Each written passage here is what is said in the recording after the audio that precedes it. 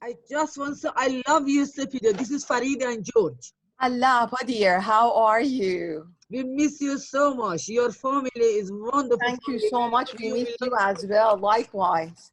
All right. We don't take your Have a time. beautiful We're family. going to listen to your beautiful presentation. Thank you so much. Thank you.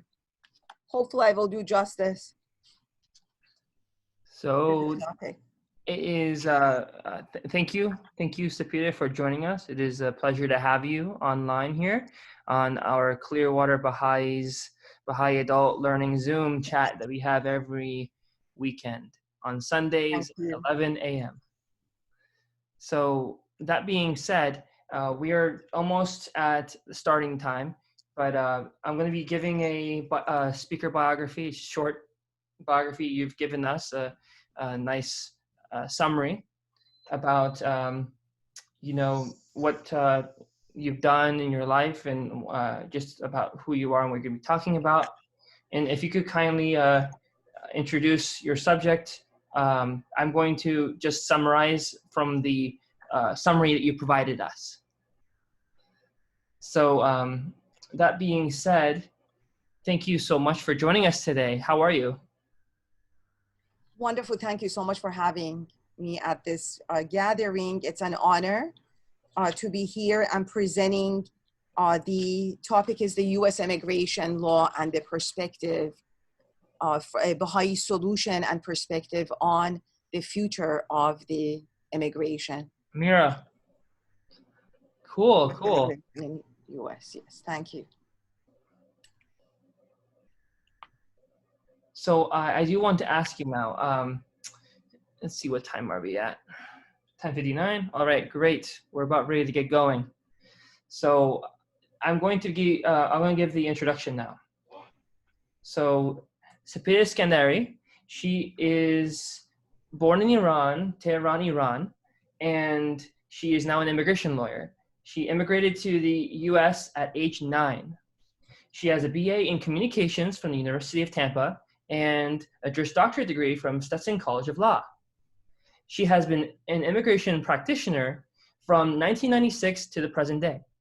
She served as the Florida Bar Investigative Member of the Unlicensed Practice of Law Committee, UPL Committee, for 4 years. Hearing officer at St. Petersburg Housing Authority in Pinellas County, appointed to the Board of Trustees at the Community Law Program, and she's also a recipient of the 6th Judicial Circuit Pro Bono Awards for 3 consecutive years. And she served on the St. Petersburg Interfaith Committee and the local spiritual assembly of the Baha'is of St. Petersburg. Sapira Iskandari Esquire is going to be speaking, as she mentioned in her title, the brief summary of the status of U.S. immigration and the bright future of this area of law in accordance with the teachings of Baha'u'llah. And in a short summary, the ever-escalating draconian U.S. immigration laws call humanity to conscientiously look within inwardly, to reevaluate our own individual moral values as to what extent we are willing to forego decency and at what price.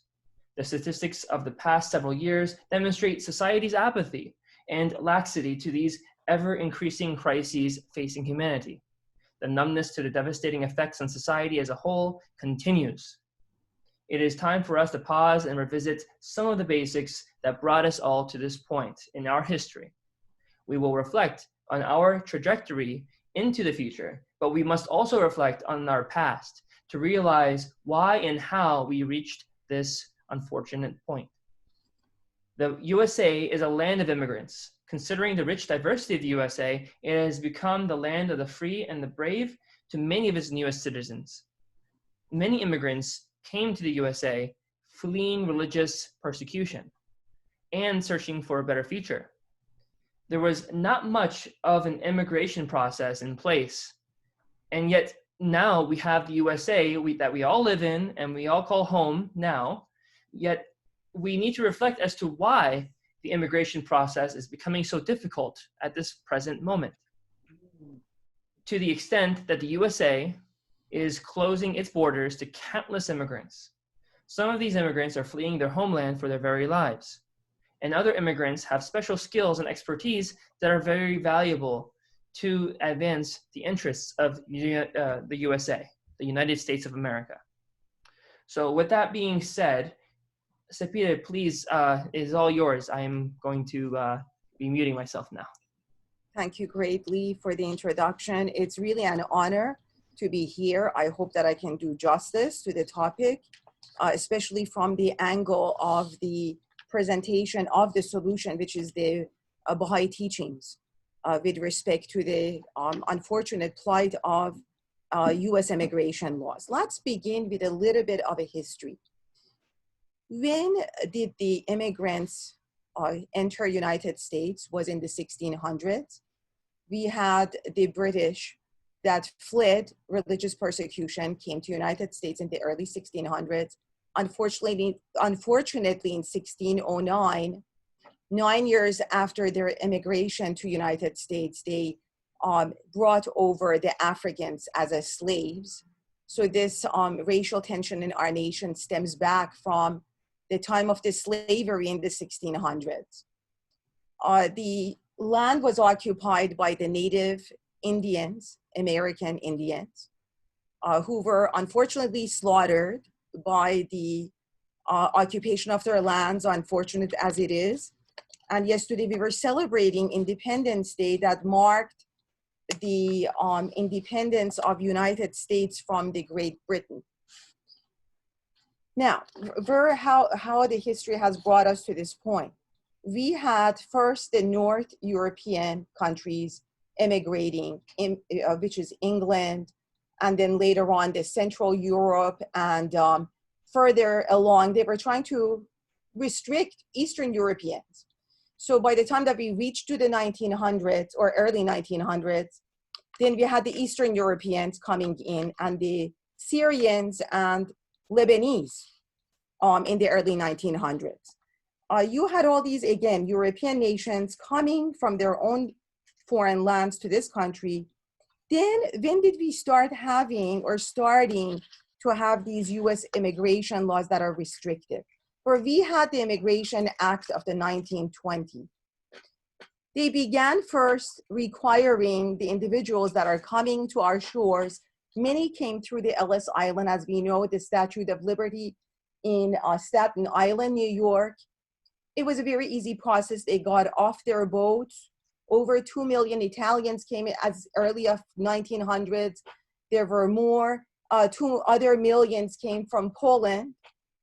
As they entered these shores of United States through the Ellis Island, and we had other shores that we opened up for the entry of these immigrants, they simply would walk off their boats, sign a book that was available for them, and essentially they would enter the country. There was not any of the immigration laws that we have today. Now, let's get speed up to the US immigration law that we have today. Over the past few years, it is making literally impossible for the immigration lawyers to even function as lawyers, and even now immigration judges who are reluctant to serve after so many years as immigration judges and are planning on retiring and leaving the practice as a whole, including immigration lawyers. Now, why is that? We have at this point, and we're going to give you all these statistics, there are more than 43 million, this is the outline number 1 that we're viewing, if hopefully you're seeing the screen that I'm seeing right now.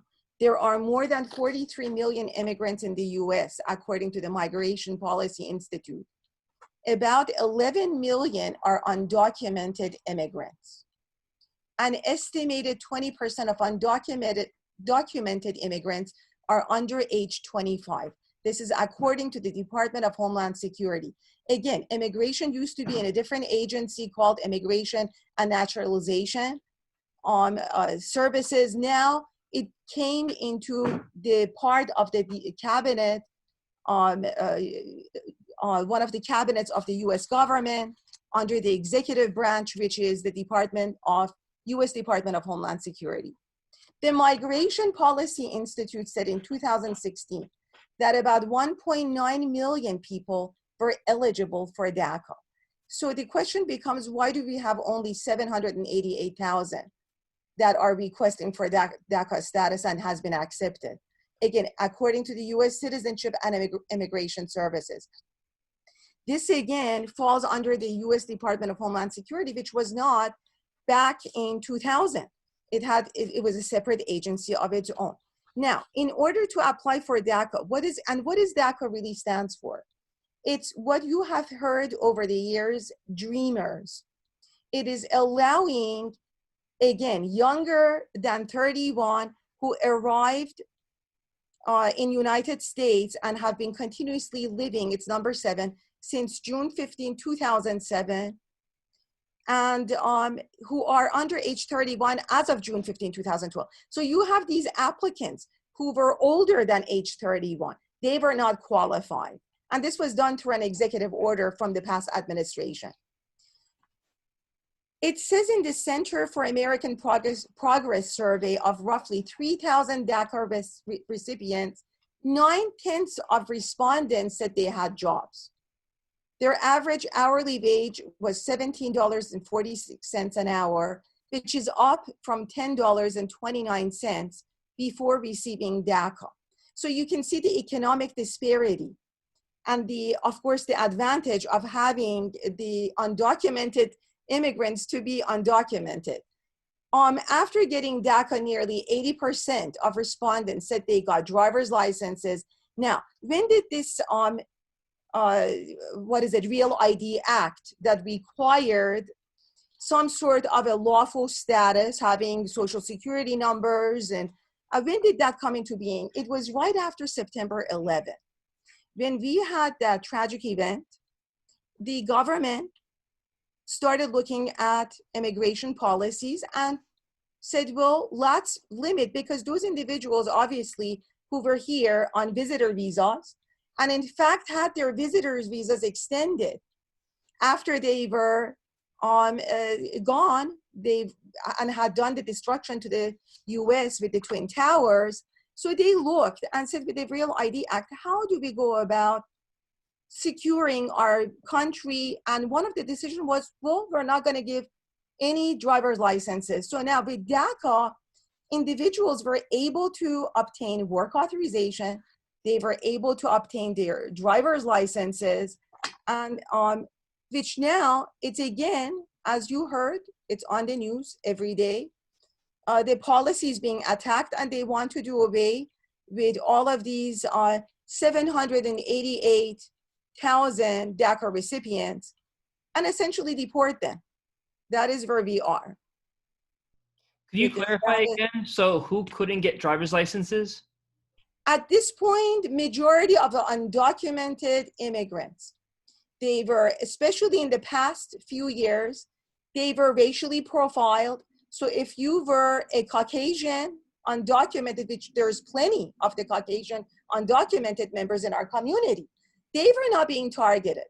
Who was being targeted was the so-called the dark-skinned Mexican, Latinos, Hispanics from the Central America, South America, Indians from India, Middle Easterns that were dark complexion. They would essentially get picked up at bus stations. They would literally come to these bus stations and pick these people up. They were not violating any laws. I recall one client of mine who is from Mexico, does not have any criminal background, simply was pulled over. They were going to church as a family. She was pulled over, and the officer in Polk County essentially said, you have a dim light. She didn't have any dim light on her car. It was just a pretext to her detention. Immediately, the officer calls the Border Patrol, ICE. While they're waiting for the ICE agents to come by, he turns to her and says, I'm sending you back home to pick your beans. This is the amount of hatred that this country, this nation, this land of immigrants we're dealing with. Now, let's go to this. Statistics will make a lot of things bring light to this issue.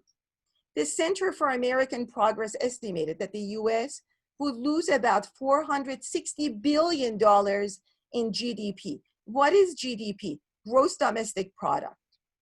About 700,000 people could lose their jobs. And of course, you have more than 1,800 governors, attorney generals, mayors, state representatives, judges, police chiefs that wrote a letter supporting the Dreamers and the DACA. Now, let's scroll down and see what this gross domestic product would affect. Let's take our state, Florida, for instance. Number of DACA recipients, as you see, I'm going to put my marker right there, 32,795,000 people. Estimated number of DACA workers, if you scroll down further, it's 28,532. Estimated annual GDP, 1.5 billion DACA workers on the gross domestic product with the loss of removing the DACA workers. Now, let us look at what other restrictions you're having in just this past 2-3 years that we're talking about. We're not going back any further. Although these restrictions were coming down the pipe from 1920, mind you, until now. But let's look some other most recent. And these are humanitarian issues. It has nothing to do with partisan politics. And then we're going to get to the solution of it. Why did God send a manifestation of God for this age that we're living in to address these issues? And what's the cause of these issues is prejudice. Look at the detention center. The court documents shows as of June 8th, there were 124 children in 3 detention centers. One of them is Carnes, the other one is Dilley, and I forget the third one, housed alongside family members. Another 507 children were in the Office of Refugee Resettlement shelters as of June 7th. Now, we have a federal court judge in DC strike down this policy and upheld the Flores agreement that requires children not to be detained more than 20 days. Now, what really propelled this federal court to do so? COVID-19.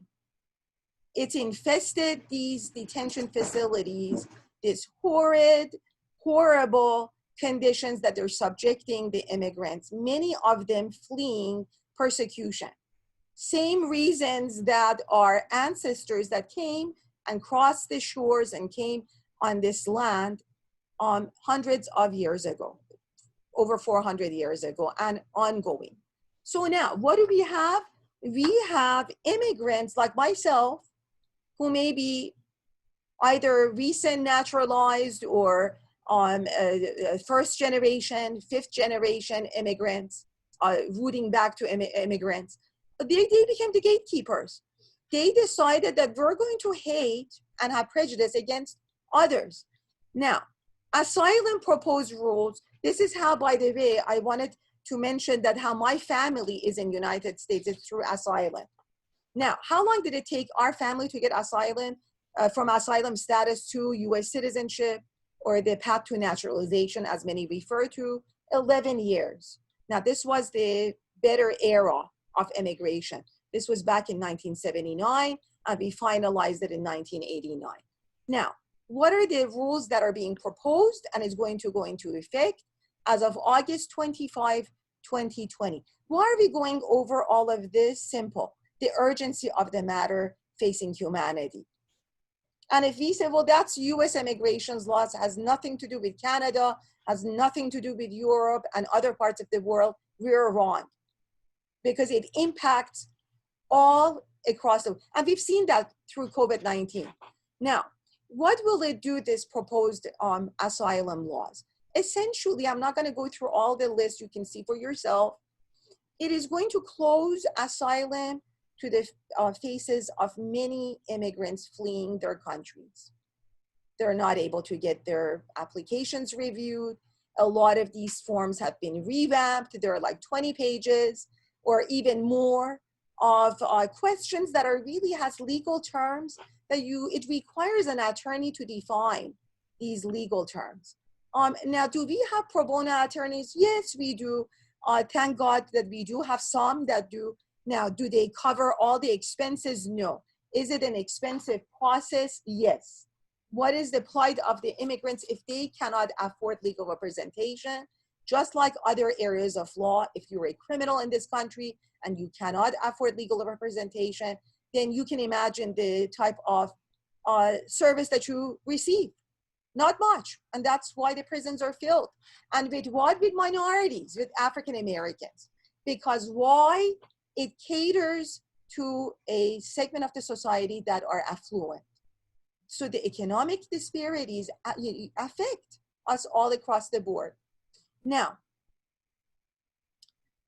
so now the judges and the Border Patrol have ultimate control over these millions of asylum applicants that are coming to our shores. Why?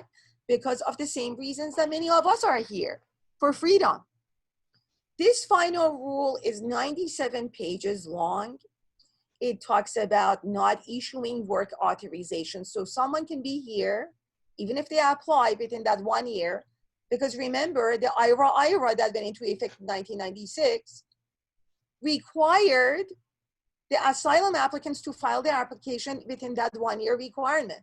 So now you have asylum seekers that would wait for 180 days to get their work authorization. It's going to be extended to a whole year, 365 days. Then, of course, the discretion of the judges and the Border Patrol to just flat out deny these asylum applications without giving these individuals due process. Now, as of June 24th, a lot of the employment-based immigration came to a halt as well. H-1Bs, H-2Bs, these are the seasonal workers. The workers we depend to pick our strawberries, watermelons. These were the Mexicans, the South Americans that came in through these H-2Bs. L visa. The L visa came, also suspends the issuance of the L visa. Now, also immigrant visas and all other non-immigrant visas of members of Myanmar and also Laos. The Laotians are being restricted. I have clients who essentially called and said, well, what is happening to my spouse? Sorry, this is the plight of our US immigration laws. We have to wait. And now the officers are being furloughed. As of August the 3rd, we will see across United States, 80% of the US immigration officers are losing their jobs for the first time in 20, 30 years. Now, all of this bleak plight of the US immigration laws and where we're going.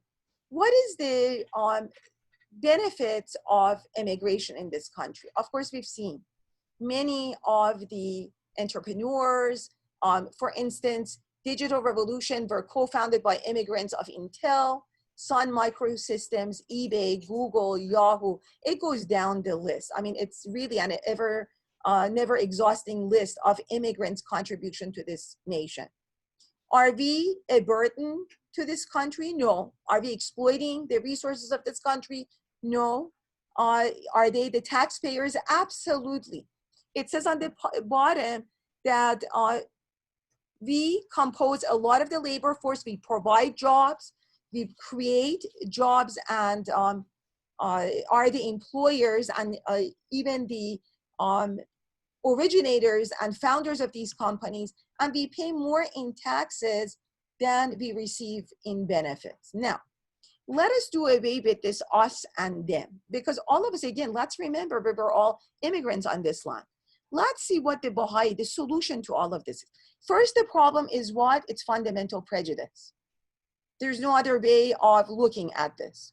We could talk about, well, no, we've got unity, we have in my church or my synagogue or my mosque, peoples of all races. There's, we have unity within ourselves. It can be prejudice. Yes, it is. Because there's no other reason why we're doing ethnic cleansing. There's no other reasons why the African Americans have been under attack since they were brought as slaves into this country in the 1600s. So let's look at now the solution. Why are we where we are, and what is the answer to all of the problems that we're faced with? Let us go into the outline that I have with the writings of Baha'u'llah and Abdu'l-Baha, and the highest institutions of our faith, the Universal House of Justice.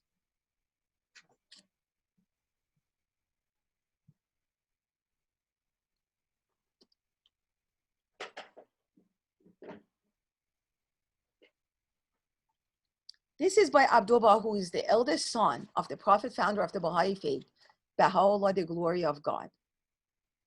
Concerning the prejudice of race, he states it is an illusion, a superstition pure and simple. For God created us all of one race. In the beginning also there were no limits and boundaries between the different lands. No part of the earth belonged more to one people than to another. In the sight of God, there is no difference between the various races. Why should man invent such a prejudice? That's a great question. How did we invent prejudice? How can we uphold war caused by such an illusion? God has not created men that they should destroy one another. All races, tribes, sects, and classes share equally in the bounty of their heavenly Father, which is the basic teachings of all faiths. Now, the critical question is, how did we get to this point? Why did we get to this point? The only real difference Abdu'l-Baha speaks of lies in the degree of faithfulness, of obedience to the laws of God. There are some who are lighted torches. There are others who shine as stars in the sky of humanity. The lovers of mankind, these are the superior men of whatever nation, creed, or color they may be. Equally mischievous with racial prejudice is political or patriotic prejudice. This time has now come when narrow national patriotism should be merged in the wider patriotism whose country is the world. And then Baha'u'llah says, of old it hath been revealed, love of one's country is an element of the faith of God.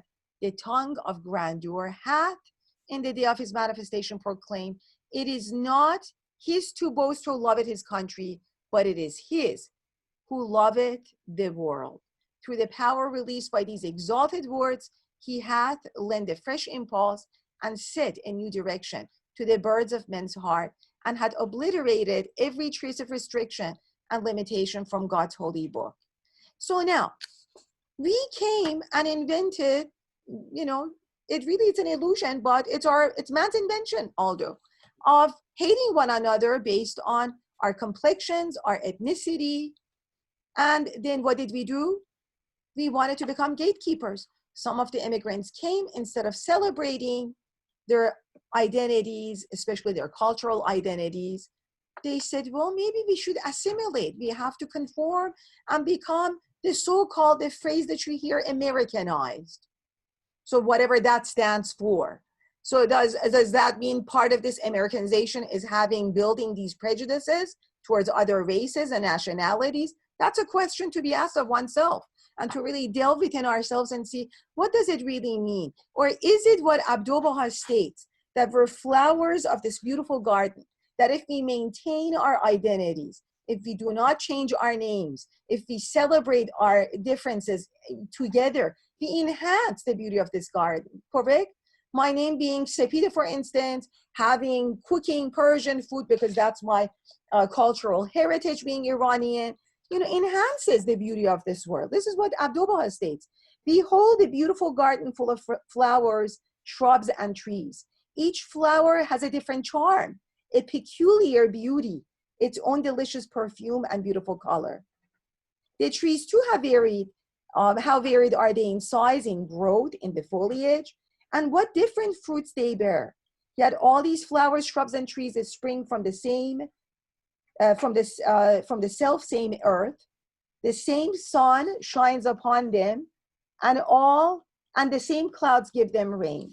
So it is with humanity. It is made up of many races, and its peoples are of a different color, white, black, yellow, brown, and red, but they all come from the same God, and all are servants to him.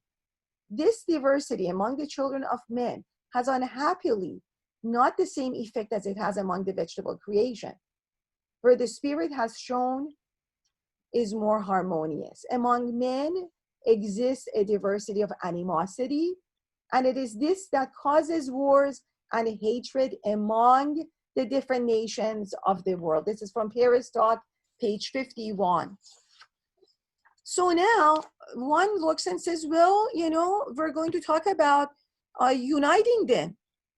And yes, there are two forms of unity, as Abdu'l-Baha and Baha'u'llah has outlined for us so beautifully. There is a limited unity and they have the unlimited unity. The limited unity, of course, is the unity we witness amongst ourselves, the unity between the races, the unity of, between the political parties, unities of nationalities. But God is striving humanity to a bigger calling.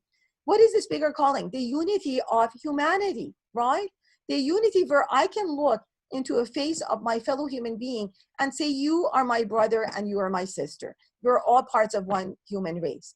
And also beyond that, to feel that we're all one soul. Let me also, before moving on to that writing that says we're all one soul, let's read what the danger of this unity is. We're facing it right now. Let's not overlook the fact of the plight we're in right now. Is exactly what this is saying. This unity is a danger that the nations and peoples of the earth can no longer endure. The consequences are too terrible to contemplate, too obvious to require any demonstration. The well-being of mankind, Baha'u'llah wrote more than a century ago, its peace and security are unattainable unless and until its unity is firmly established. So this is the call to humanity that we need to unite. And part of this unity is the unity between the sexes. You know, we cannot neglect and address one prejudice and not address the other prejudices that are out there. Why? Because Baha'u'llah and Abdu'l-Baha clearly are stating, unless and until, it says, and let it be known once more that until women and men recognize and realize equality, social and political progress here or anywhere will not be possible. And further on, it says peace will not come about, because as women being the nurturers of their young children, they do not want to, have wars to be perpetuated in our world. Why? They don't want their children going to wars and getting killed. Simple. And who is the first educator of these children, of these brilliant young minds? Mothers. So therefore, the education of women is stressed as well in this Baha'i dispensation, in this era of evolution of humanity. This is what Abdu'l-Baha states about the future of our immigration system. Many people, when I speak to, they said, well, you're going to be out of job. I said, good, I hope so. Because I don't want to be out of a job because our immigration officers are being furloughed or our borders are being closed off. No, we want to have this kind of going out of my profession. It says it is very evident that in the future there shall be no centralization in the countries of the world, be they constitutional in government, republican, or democratic in form. It says the U.S., United States, may be held up as the example of future government.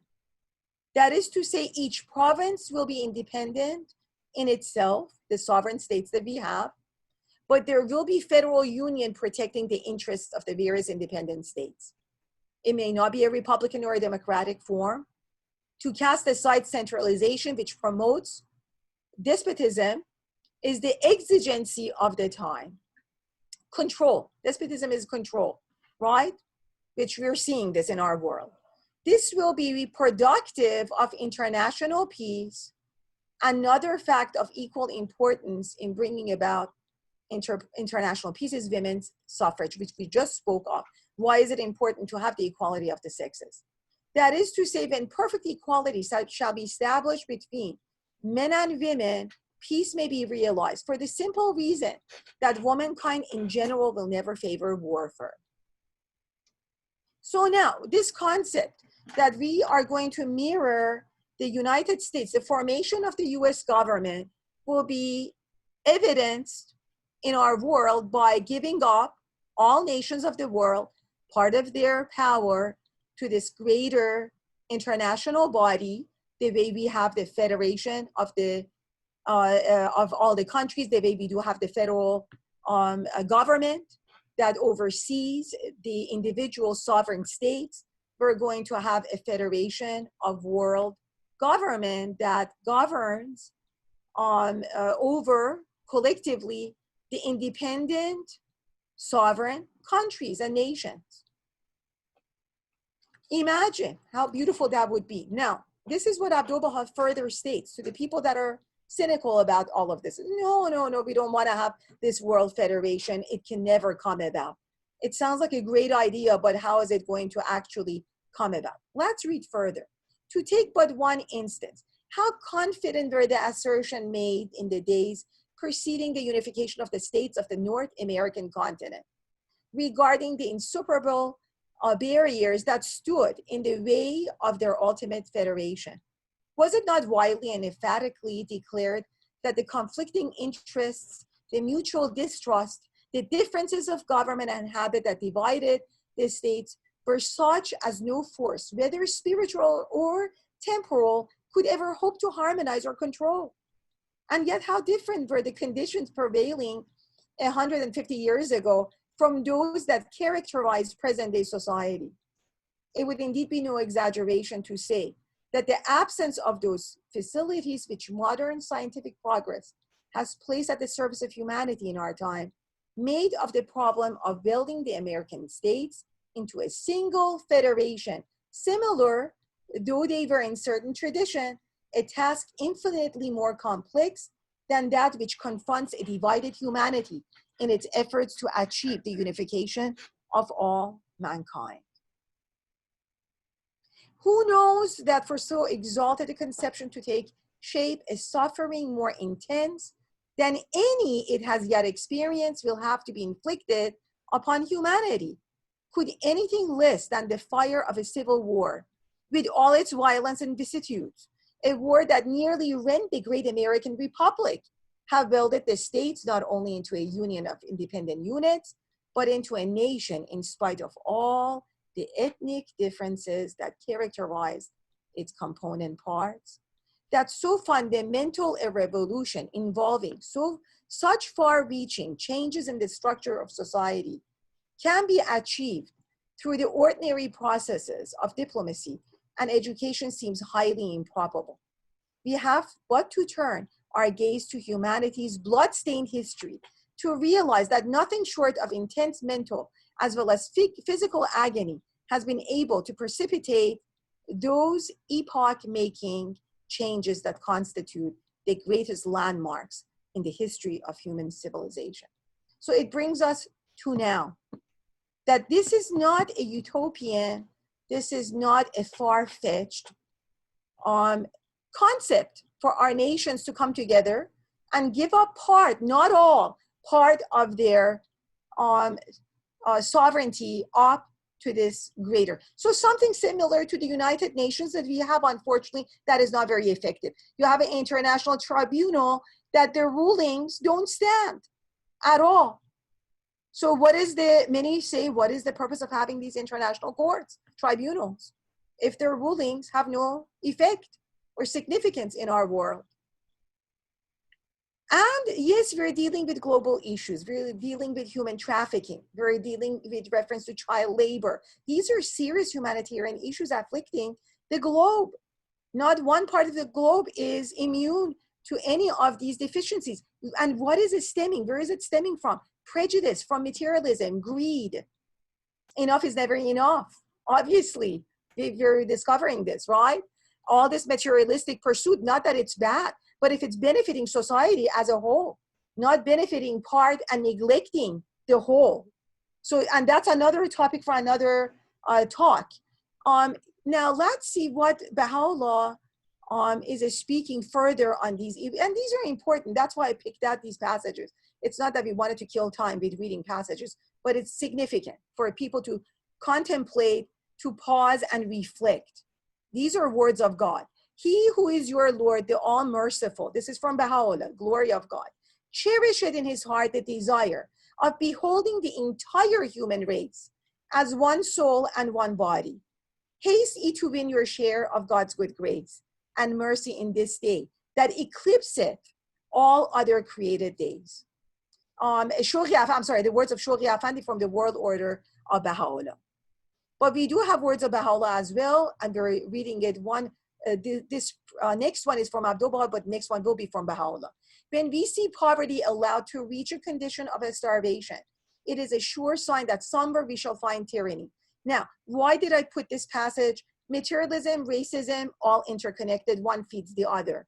So we can't separate it, right? A lot of the thread of the anti-immigration policies right now that we hear, exploitation of what? Of our resources. Of what? Our financial resources, our human resources. It's all money, bogs down to money. So now let's read what Baha'u'llah says. Soon Baha'u'llah's own words proclaim it, will the present day order be rolled up and a new one is spread out in its stead. Verily thy Lord speaketh the truth and is the knower of things unseen. By myself he solemnly asserts, the day is approaching when we will have rolled up the world and all that there is there and all that is therein, and spread out a new order in its stead. He verily is powerful over all things. The world's equilibrium, he explains, had been upset through the vibrating influence of this most great, this new world order of Baha'u'llah. Mankind's ordered life had been revolutionized through the agency of this unique, this wondrous system, the like of which mortal eyes have never witnessed. The signs of impending convulsion and chaos, he warns the peoples of the world, can now be discerned inasmuch as the prevailing order appeared to be lamentably defective. So yes, we have defective immigration system because it stems from all the prevailing order being defective. The violent derangement of the world's equilibrium, the trembling that will seize the limbs of mankind, the radical transformation of human society, the rolling up the present day order, the fundamental changes affecting the structure of government, the weakening of the pillars of religion, the rise of dictatorships, the spread of tyranny, the fall of monarchies, the decline of ecclesiastical institutions, religious institutions, the increase of anarchy and chaos, the extension and consolidation of the movement of the left, the fanning into flame of the smoldering fire of racial strife, the development of infernal engines of war, the burning of cities, as we've seen as of late, the contaminations of the atmosphere of the earth, we're witnessing that. These stand out as the signs and portents that must either herald or accompany the retributive calamity, which as decreed by him who is the judge and redeemer of mankind, must sooner or later afflict the society, which for the most part and for over a century has turned a deaf ear to the voice of God's messenger in this day. That's the problem. They've turned a deaf ear to the voice of God's messenger in this day. A calamity which must purge the human race of the dross of its age-long corruptions, materialism, prejudice, perpetuating hate, and weld its component parts into a firmly knit world embracing fellowship. A fellowship destined in the fullness of time to be incorporated in the framework and to be galvanized in the spiritualizing influences of a mysteriously expanding, divinely appointed order, and to flower in the course of future dispensations into a civilization the like of which mankind has at no stage in its evolution witnessed. That's profound. That is profound. This is what this faith offers the world. Hope. We're hearing over the past few months with this COVID-19, hope, the message of hope. The vitality of men's belief in God, Baha'u'llah has testified, is dying out in every land. Nothing short of his wholesome medicine can ever restore it. The corrosion of ungodliness is eating into the vitals of human society. What else but the elixir of his potent revelation can cleanse and revive it? The world is in travail, he has further written, and its agitation waxeth day by day. Its face is turned towards waywardness and unbelief. Such shall be its plight that to disclose it now would not be meet and seemly. This is important, my friends.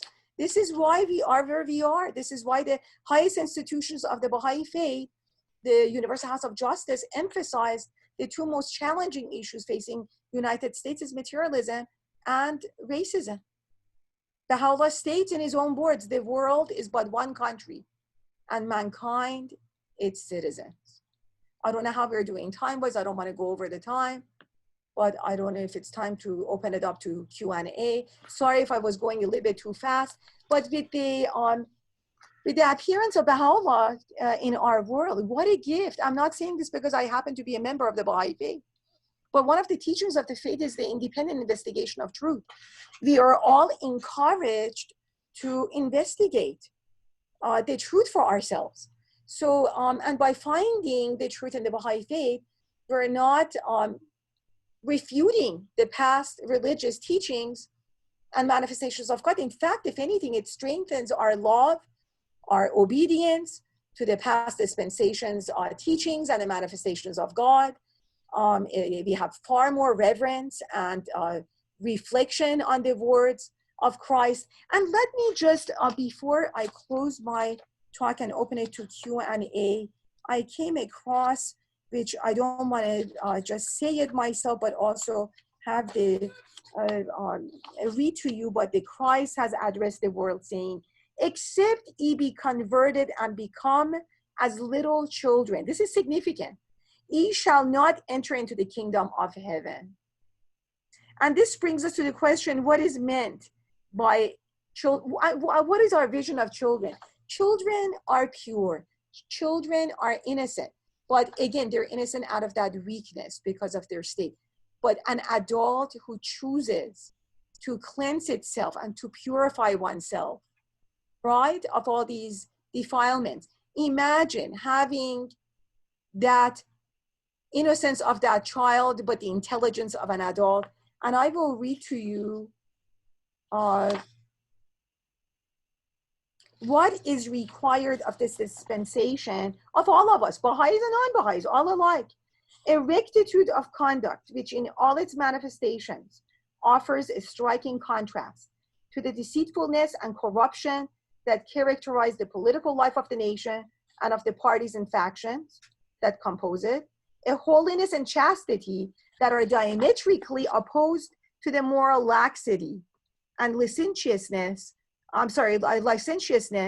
which defile, that means promiscuity, which defile the character of a not inconsiderable proportion of its citizens, an interracial fellowship completely purged from the curse of racial prejudice, which stigmatizes the vast majority of its people. So this is really a tall order for all of us. And as Baha'is, the highest institution called the Baha'is of the world to do what? With peoples of our community. What are we supposed to do? It says Baha'is and like-minded individuals and organizations within our communities to do focus on three areas. What? Commitment to a path of systematic action, of learning, involving community building, social action, and participation in the discourses of society, in whatever communities in the world that we're living in. Because why?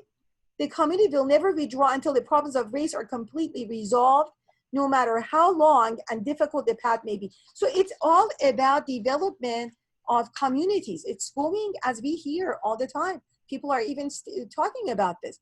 It's starting at the grassroots level, which is us as communities developing and empowering our local communities, addressing local issues, and going all the way up. So there's not going to be any laws that's going to legislate as much as we want to.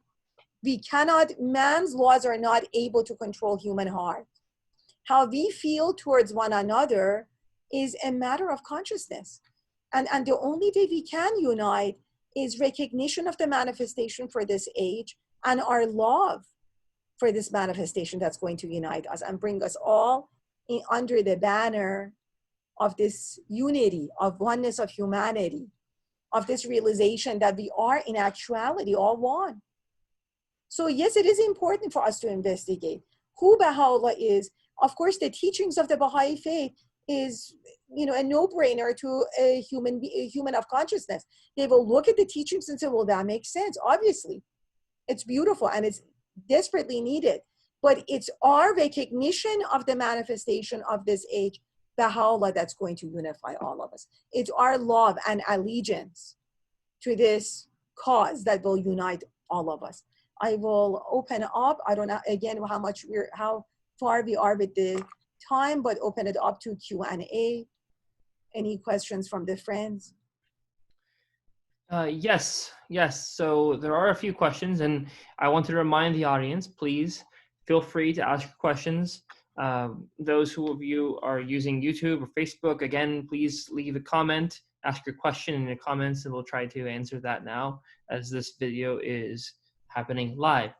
So the first question that we have, I'm pulling it back up. Should they have signed in? Would they have been okay? Okay, that's not a good question. I don't know what it means. If you could re-ask that question, please do.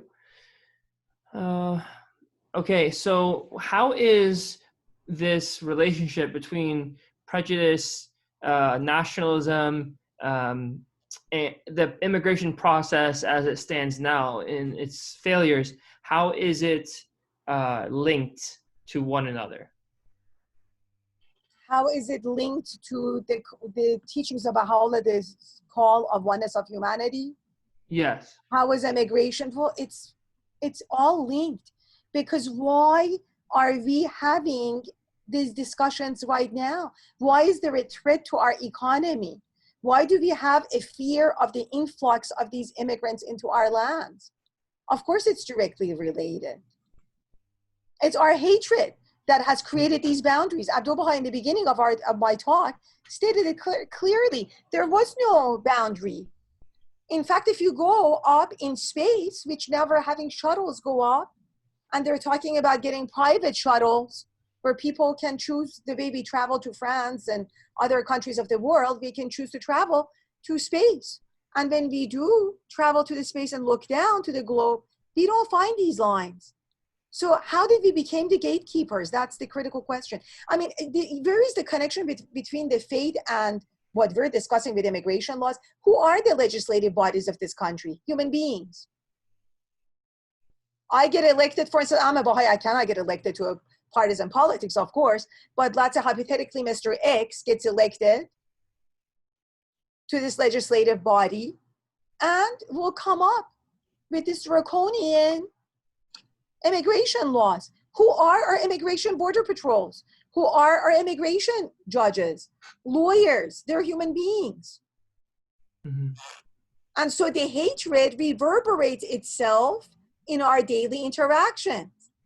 So yes, we'll start writing letters the way obviously people have for us to have the administration we have now. It didn't come about because one person rose up and said, I want to be the elected president. So we had, people that obviously out there who hate immigrants. Now the question becomes why when you are yourself an immigrant? Whether you were born on this soil or not is irrelevant.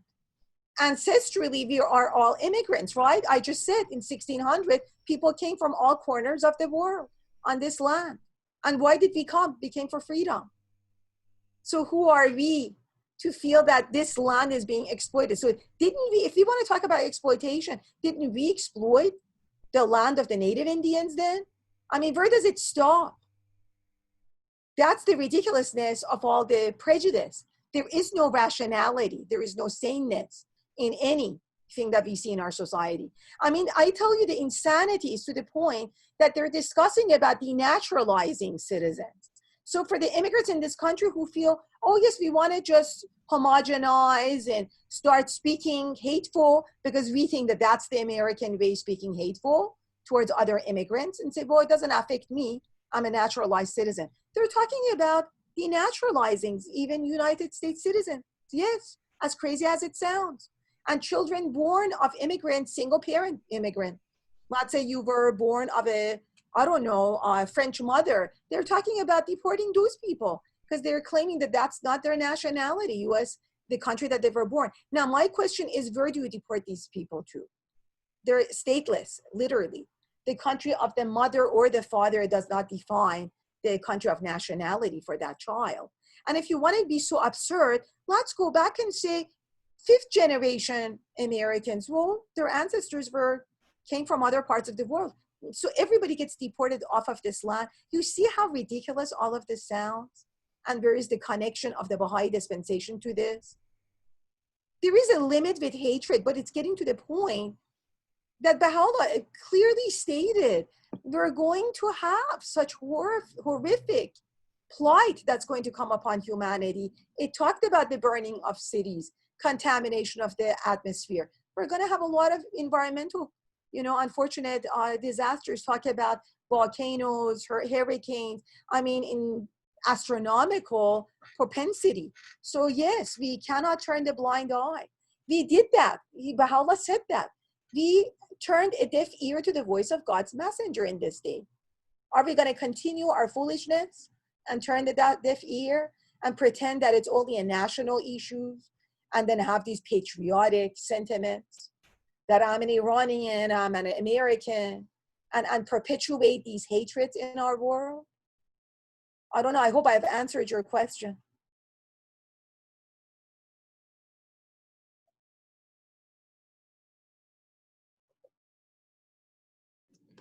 So I have this question that was it's linked to that.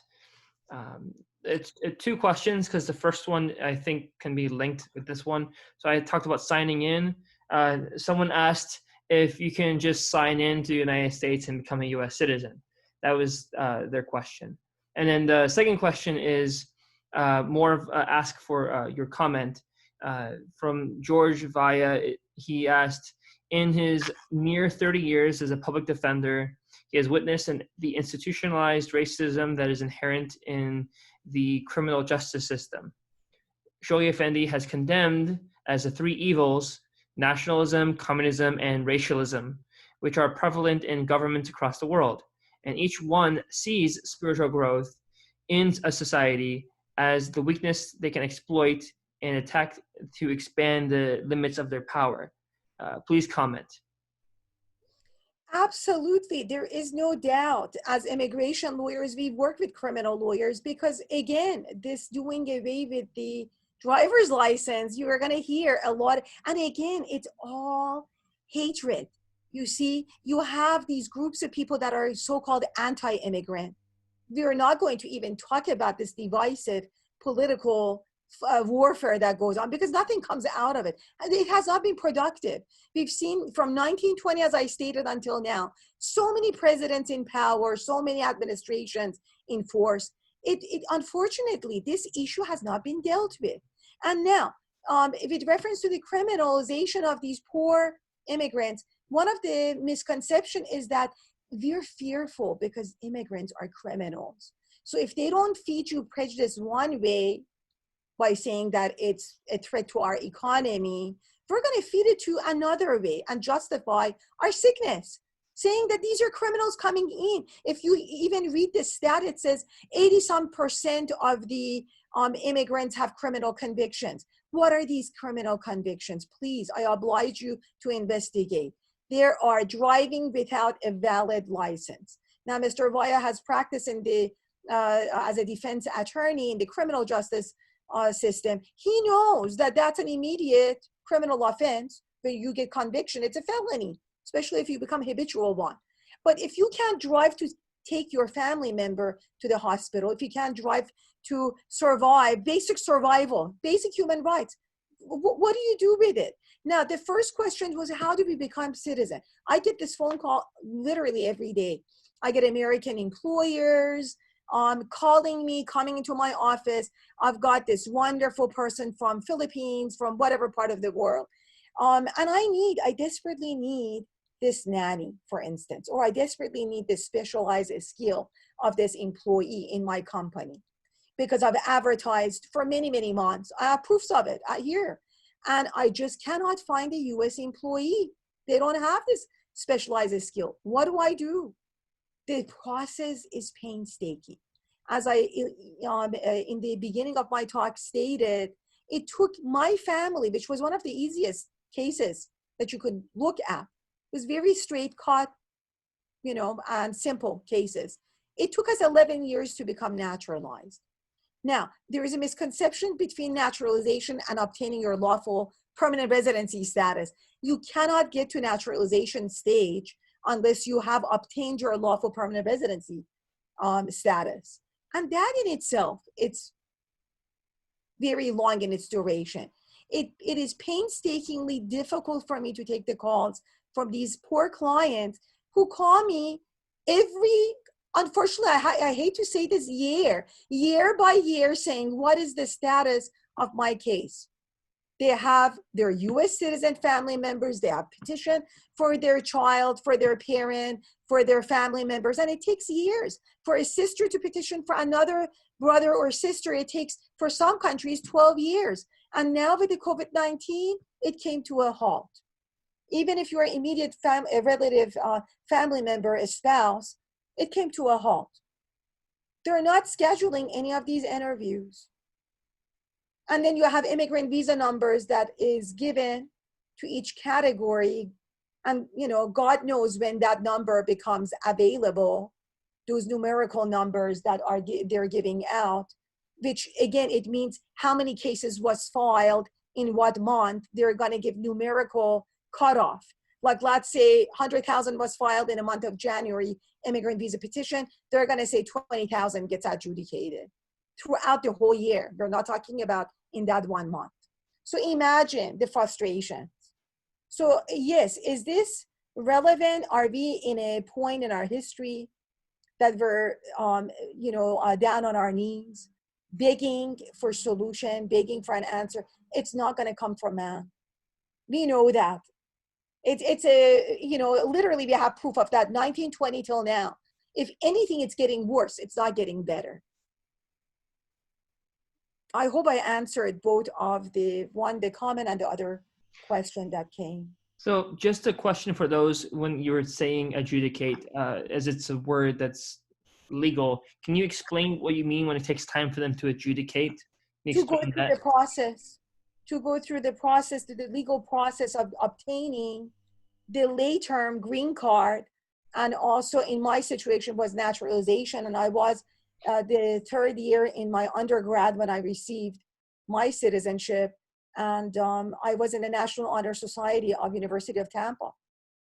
Then I had to go through that process, which to me was unnecessary. I was a huge contributing factor to this country and to the people. In fact, when I was 18, I received a call from the US military. They wanted to desperately recruit me into the military because of my knowledge of the Persian language.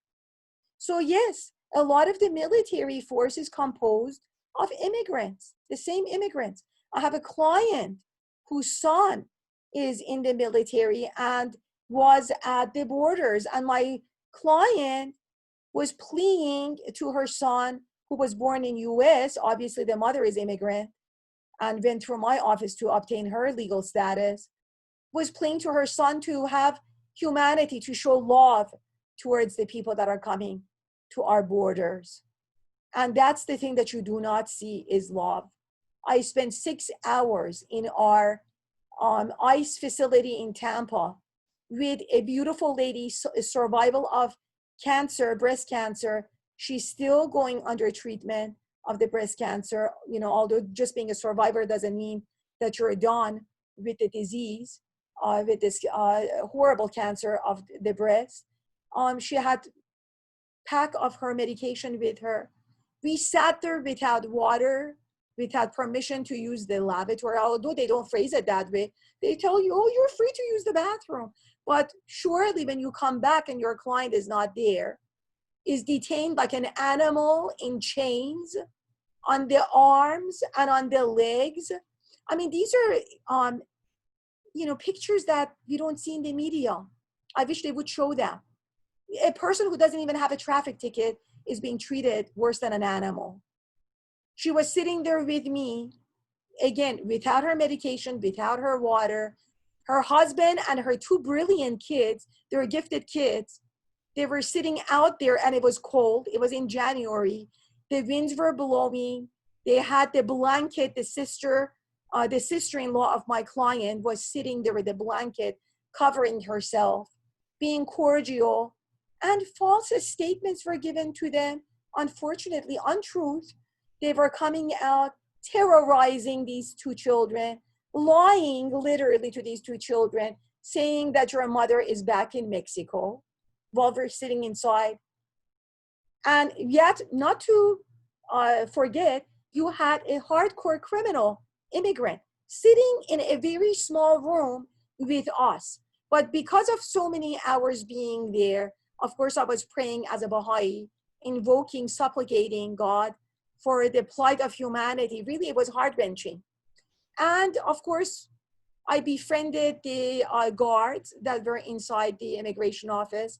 One of them, two were Hispanic, one was African-American, and one was Caucasian, who really got good friends with me. Knew an attorney friend of mine, Mr. Enrique Escarez, who does Social Security law. And we spoke about this disease of prejudice, of why we are where we are. He took such liking in us that he said, I will protect you. Please come and stand close to me with your client, because that is a dangerous immigrant. Now, mind you, they have somebody with no traffic ticket, nothing, immaculate criminal record. They have somebody like that in a room with me, an attorney, with somebody who's a hardcore, dangerous criminal in one room. This is the plight of 6 hours. When I came home, I was exhausted.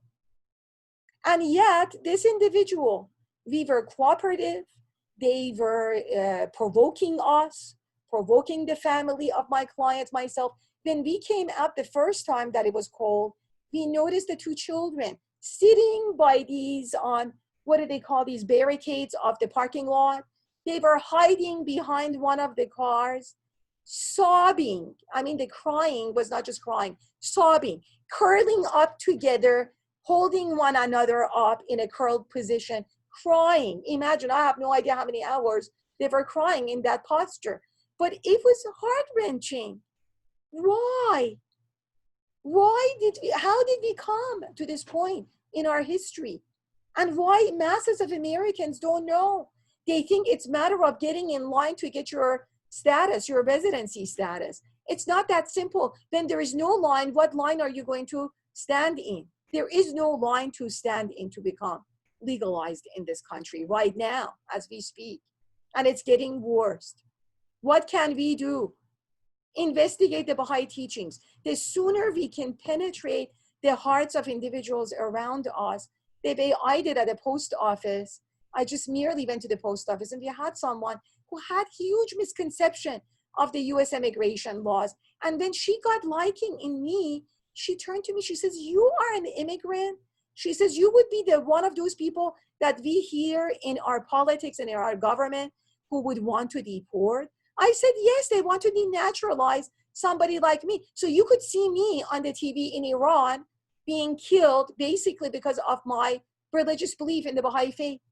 She says, I can't bear to see that. You seem to be an amazing, wonderful person. I love you. And I got to meet you only in this line of the post office for 15 minutes. I learned a lot. I can't imagine. I said, well, that's prejudice. That's what's perpetuated in our community. Because I'm not bad, as you see for yourself.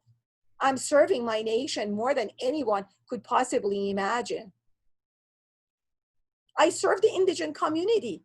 I had so many, and I didn't even list it. I was volunteering with Gulf Coast Legal Community, Gulf Coast Services. I had volunteered with Community Law Program before becoming a Board of Trustees. That means hours spending at St. Pete Free Clinic and all these ALFs, elderly, facilities, doing last will and testaments for them, advance directives for them, fighting injustices that they were facing because they were marginalized, the minorities. The housing authority as a hearing officer was the same thing. It was all the African Americans that unfortunately were not given the opportunity and are in our housing programs. And they were not, mind you, being treated all the time fairly. So these are critical issues facing humanity. And it is getting, as Baha'u'llah said, agitation waxeth day by day. Why? Because we've turned away from God. We don't have that inclination to turn towards investigation of this truth, religion, not inheriting religion, not going by with what our parents and our grandparents are telling us what religion is, but investigating, finding the deeper meanings in the prophecies given in all these religions, and realizing that spiritual unity, right? The oneness within the manifestations of God. Baha'u'llah says to denounce one, you've denounced all. So we might as well, as Baha'is, when we become Baha'is, we might as well forget about becoming Baha'is if we have prejudice towards another religious belief or manifestation of God. So we believe in all of them. I'm sorry I gave a long answer to that question. I don't know if there are any other questions left. Not at all. That was a very adequate answer. We appreciate it very much. So my plea to humanity, not just the members that were able to join us this morning, but I turn to my clients every day and telling them the same thing. You don't like what you see, do something about it. And what is the constructive way of doing something about this? Let's apply the spiritual solution, because we're going to get there sooner or later. We're going to get to the promise of God, which is peace. So what you're saying, I want to connect it to this question, because already you can continue with what you're saying and have this question in mind. So there's the question. It's a two-parter from Phil Bruiser. The question is, for an average person today in July 2020, is there any hope of immigration to the USA? And the second question, is there any reason to immigrate to the USA? So those are the two questions. Wonderful question. I would encourage immigration into US, obviously, because this is a country that was, that again, it's a wonderful country. It's a country of opportunities. As many have said, it's the diversity enhances its beauty. We are very diverse. You know, I have hope, as the Baha'i faith has given us the same hope, that yes, we will have brighter days ahead. But again, it's critical for us as humanity to take some actions. Have these discussions that we're having this morning within our own communities. Why do we hate? Why is this misconception of this exploitation or the criminality of these immigrants into our nation? These are critical questions and conversations to have. You know, the same conversation I had with this beautiful lady that I met, that was really anti-immigrant, mind you, in the US Post Office. But she says, I learned a lot from you. And I turned to her, I said, thank you, I've learned a lot from you as well.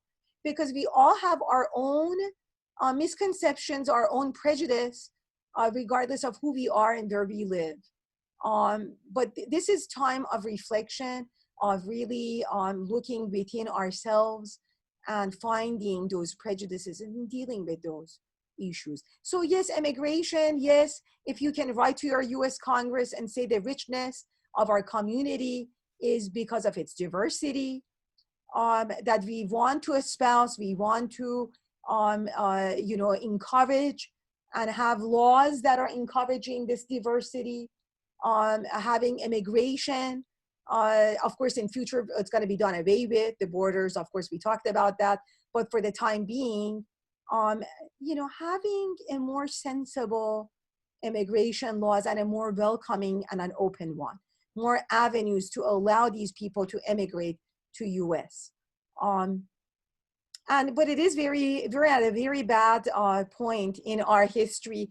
I know the American Immigration Lawyers Association, brilliant attorneys, are doing great works. I'm a member of that association since 1996. So there are great works ahead of us. It's very difficult, but again, we have to address this at a grassroots level. It's not going to go away overnight. And if we really care for our immigration systems right now, then we have more and more these discussions and reach out to the community that's blindly feeding in on these unfounded fears. And educating. Ignorance comes, as Abdu'l-Baha says, from lack of knowledge. So what is knowledge is information, facts. So if you're providing facts the way I do to my clients, and I tell them to educate their own circles, that is what we need to do. Education is the answer. We don't have public service announcement. We don't utilize the media to educate community on these issues. We just talk of the problem. We don't talk about the process that brought us to this problem. So we need to have more these discussions of process and not just the outcome, reactive measures, the way that we respond to these things. And putting on a Band-Aid, it's not going to suffice on a deep wound. We know that when you have a deep wound, you don't take a little Band-Aid and try to apply that over a massive deep wound that the world is unfortunately faced with. So yes, I'm marching forward with the US immigration laws. As an immigration lawyer, I don't give up. I tell the clients not to give up. It takes creativity on the parts of lawyers and a lot of love. And that love and creativity comes from our sense of this greater awareness that we're all one human family. That it's not about money, it's about representation of countless individuals in their plight of coming to a land where at least they're not being persecuted for their fundamental basic human rights, and beliefs. Hopefully I've answered.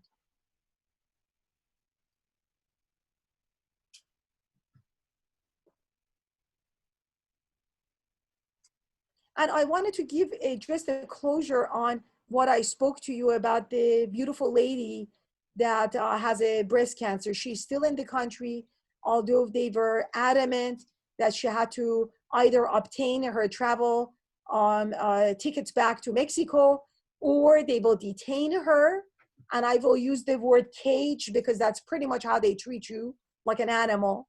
They take you in shackles and chains. And so I spoke to the supervisor who happened to be Mexican.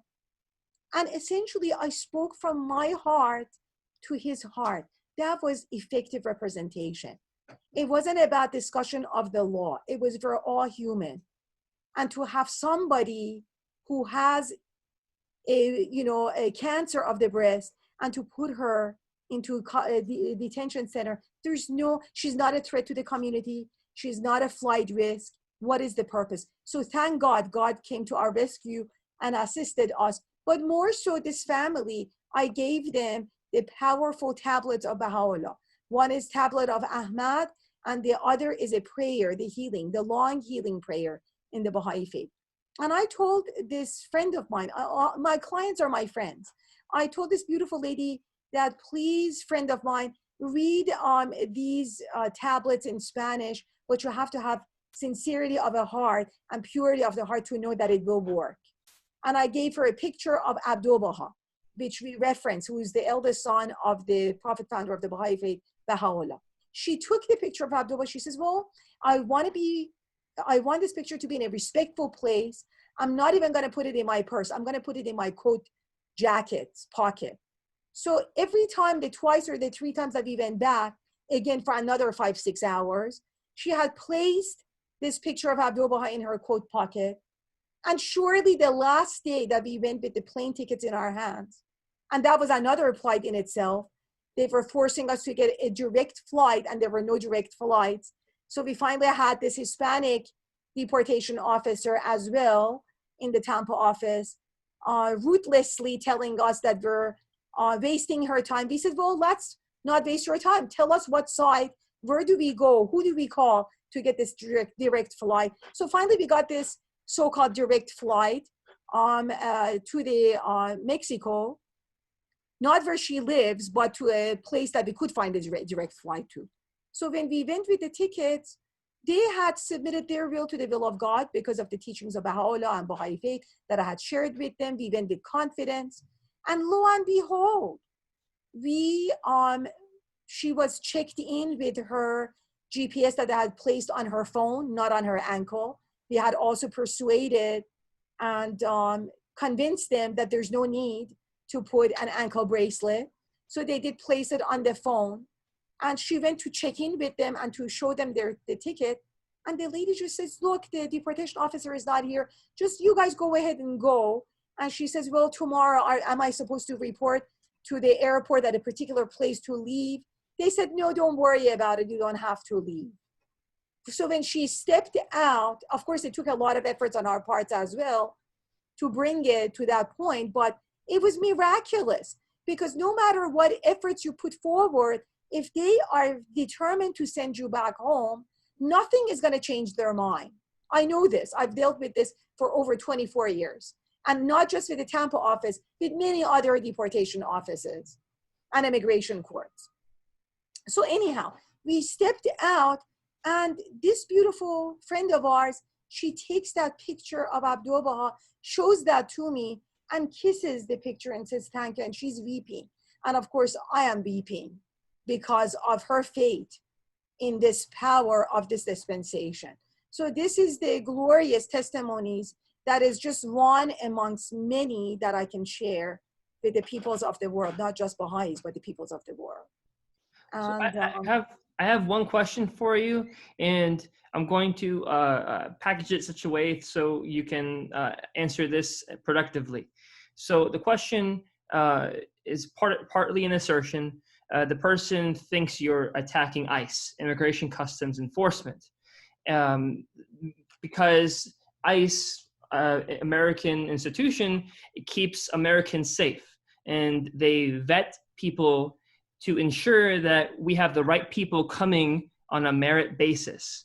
And further, that we're Baha'is, we should not get into politics. Can you please distinguish how this is not attacking ICE or getting involved in politics? Not at all. I have high respect for the Immigration Customs Enforcement. In fact, the officers, some of them are very close friends of mine, not at the Tampa office necessarily, but other offices. As lawyers, we work with them closely. Unfortunately, and it has nothing to do with politics, this is a humanitarian issue. How we treat one another. It's, for instance, the same problem that humanity is faced with. It's the treatment of the African American by people, not so much by the police department. Mr. Ahmaud Arbery was attacked by civilians. He was not attacked by the police department of any jurisdiction. So no, I wish that was the issue. That I have utmost respect. I know that they're functioning and fulfilling a very important role. As Baha'is, we never involve ourselves into partisan politics. In fact, we uphold the laws of any nations that we live in. So no, that is not at all. I'm trying to become a U.S. immigration judge myself, where I will look favorably not only at the defense immigration lawyers, but also at the the trial attorneys that are doing significant amount of work. But I'm dealing with them one-on-one. I'm hearing their frustration. I'm hearing their griping over a failing system. And it's not with reference to this administration or the previous administration or the one before. So there's no attack per se of any political regime or any policy per se. This is attacking prejudice. This is what it's attacking, because individuals are encompassing these places of positions, correct? As a U.S. immigration judge, I'm going to be a human that sits in that position. So I will come in with my biases, obviously. So an attack of per se, me as an individual, is not an attack on the entire EOIR.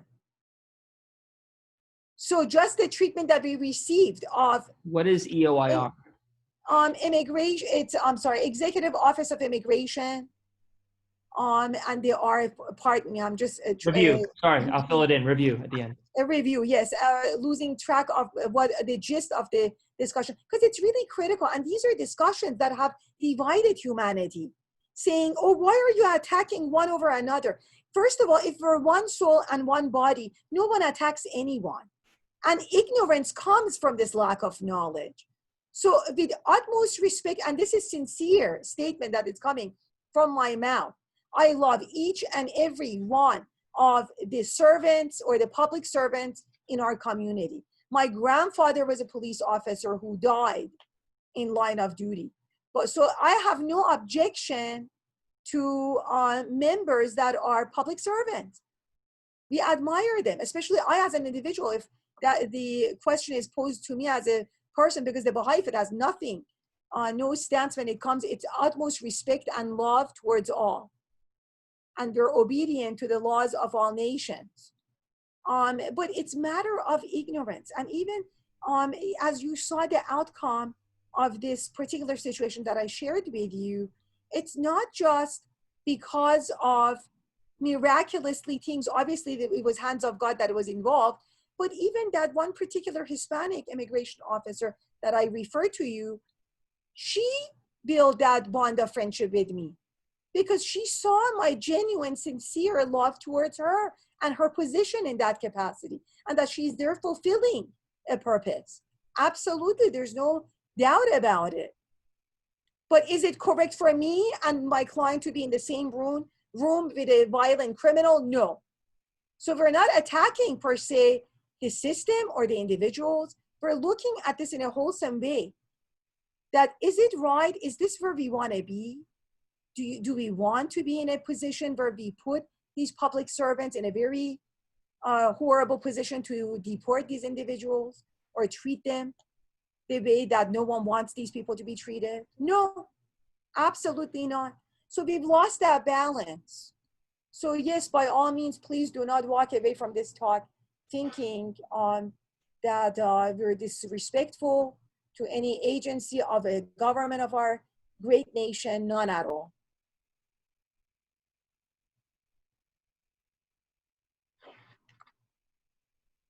So I want to actually get clarification on the point, because I feel that there was something that is important. The fact that you have people who enforce the law and people who don't follow the law, corruption, these kinds of things. Would you say that's an emerging issue that's really the source of this problem? Or you have people who are literally taking what they call the law, but they are acting in a place of authority that they don't have? Would you say that's more of a problem than anything? Again, it's abuse of power, but it's far more than that. It is ignorance. When we're ignorant, we have prejudices. So who's wielding that? Is it that someone keeps another person ignorant, or is it the person doesn't want to investigate? It's the lack and the drive of wanting to seek knowledge. That's the sad part. We're lacking that. It's that turning away from the source, which is God.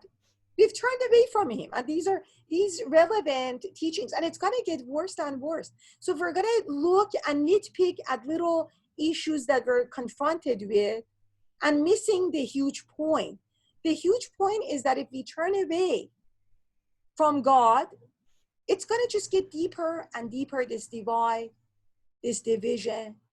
People are going to take sides foolishly. It's a land of, we want to make sure that we don't have criminals coming in. People fell out of status. Let's remind people, because people keep saying undocumented immigrants. Well, we're not just dealing with undocumented immigrants. We were dealing with people who came in lawful statuses and fell out of statuses. So that's big chunk of this undocumented, quote unquote, reference. Again, lack of education, lack of knowledge has brought us to this point. So yes, you have Europeans who are in this country, who are of Caucasian skin color, right? They're white. Let's get down to the nitty gritty of this since this question came up. And the law is not enforced against them.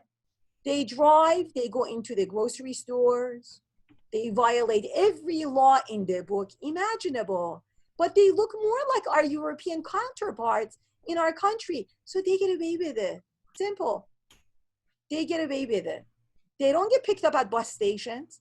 They don't get racially profiled while they're driving in Haines City or, Polk County, Osceola County.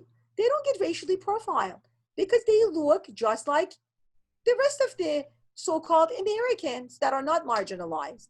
So you see, the issues are really deep.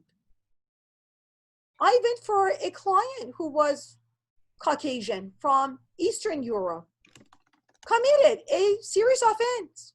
It was in a brawl fight, assault. The person gets out. ICE comes to the jail and doesn't pick that person up. Now you tell me, what's the difference between a Caucasian in jail that gets the hold removed, the ICE hold removed, versus you get a Hispanic that gets picked up? While she has all her immigration paperwork in the system as we speak, she gets picked up on a Sunday morning from her home. And then she's told that why she may be, because she was resisting them, which wasn't true. I was on the telephone on the other end with the husband of this individual. So one can say to oneself, why? Why is that discrimination there? Why are there lies being given? Why those two children curling up together had to hear this lie that your mother has already been sent home to Mexico? These are questions, answers that I don't have. But I can refer all of you to is hatred. That's what's at the bottom of all of this, right? That makes sense. When we discriminate, where does that come from? From hatred. There's no other way of putting this. Why did the Indians after September 11 from India, the Sikhs, why were they shot in an airport? There was one gentleman shot because he had a turban that resembled maybe somebody from the Middle East, an Islamic person. Now, Sikhism, for the people who have investigated, is they were in war with the Muslims, defending themselves because they were being killed by the Muslims. So this gentleman gets shot and killed in the airport because why? He has a turban on his head. Now, if that's not ignorance, I don't know what is. And if it's not discrimination.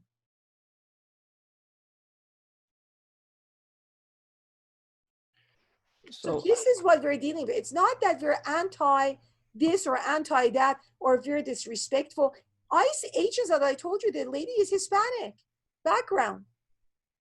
The supervisor is Mexican, who I sat and reasoned with to have this lady, this friend of mine. My clients are all my friends. This friend to be not detained. So yes, no, I have utmost respect, utmost admiration for our agencies, for the public servants. These public servants happen to be all immigrants themselves, in fact, naturalized immigrants. If you go to the USCIS office, you'll see that. You see people like myself who are naturalized, who are immigration officers, doing magnificent jobs.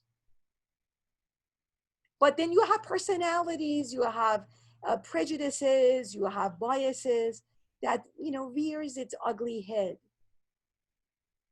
in our society. So we need to abolish, eradicate. This is what the Baha'i faith is all about. And the only way we can eradicate and touch human heart is recognition of the manifestation for this age.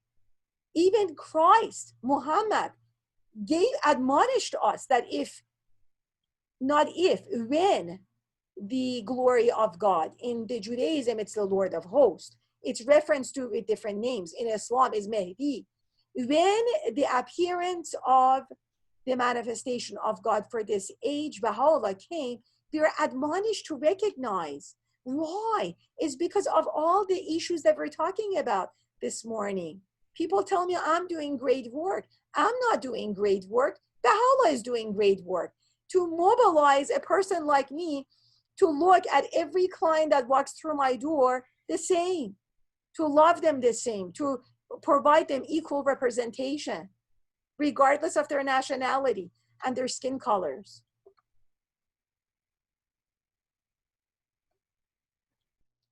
Thank you so much for sharing this all with us. We really appreciate it. There's several questions that we were not able to get to the answer today, but at the same time, you know, the questions that we were able to ask, you did a phenomenal job getting to them, where people can definitely, after having watched this, investigate the laws that are in play. That is the solution to the world. It's not because, again, it's not coming from a mouth of a Baha'i. Gandhi himself said, it's a solace to the world. You know, of course, he inspired Dr. King. Leo Tolstoy, a famous writer, he said that prisoner in Akka has the key. So are we going to go around and around and around and waste our time on, you know, attacking one another, upholding our nationalistic sentiments, and, you know, fighting literally over nothing? Again, it's not to disrespect the institutions that are in power, but it's one thing to respect, it's another to give our entire allegiance to them to the point of fighting senselessly with one another instead of rising. You know, and I will end with this morning's talk with Mr. Grossman, who was German by ancestry and was a former Universal House of Justice member. What he stated to us, always reminded us, is of this earthworm, the caterpillar. Once we have faith in God, which is like that caterpillar that trusts itself into that cocoon, and what happens in that cocoon, you know, the earthworm or that caterpillar does not know what's going to happen to it, but we know that in that cocoon, it turns into this beautiful butterfly and flies away. If it chooses not to go into that cocoon, what does it happen to the life of that earthworm? Just that lowly earthworm, it's going to crawl in that dust and die, not ever experiencing what a butterfly experiences. So this is our choice as humanity. Are we going to be those earthworms that are going to nitpick and going to find causes to divide ourselves, whether it's ideological or, you know, as to notions or other, bases of division? Are we going to really be those earthworms that is going to crawl and die with no significance? Or are we going to be that butterfly that's going to transform and let go of our lower, baser part, the animal part, and rise above to the nobler station that God created us? He says he created us in his image. Are we in his image today? Look around. Are we in God's image? Are we manifesting attributes of God by killing one another on these ideologies and upholding, these senseless, man-made approaches to a spiritual problem that we're faced with? So I'm going to leave you off with that and let your voice of conscience, which is voice of God within each one of us. You know, I always tell people we have to live with our conscience. And that's an amazing thing to be reminded of. When we die and we're giving reckoning to our Creator, to that one Creator that created the whole world and all of us within it, that would be a question to really ask oneself. What legacy are we leaving behind? How are we going to face our Maker, our Lord, our majestic, beautiful, glorious Lord, who sent guidance? He never neglected humanity. And the guidance for this age is the message of Baha'u'llah. And it's simple. It is very, very simple. But we have to want to bring about this change within ourselves. Transform. I need to transform me to transform the community and the greater world around me. Until and unless that happens, we're going to be delving with all these, we're going to be the earthworms. We're not going to be these beautiful butterflies. We're not going to soar up high. So it's a choice for humanity, but we know we're going to get to the glorious destiny of human beings, which is world peace. But we have choice to rise together or fall and stumble to that glorious destiny. So I might pray to all of you. I hope it's rising together. Thank you all. Have a wonderful day. Thank you. We wish you a beautiful week ahead as well. Thank you. Likewise to all of you. Thank you. Bye-bye.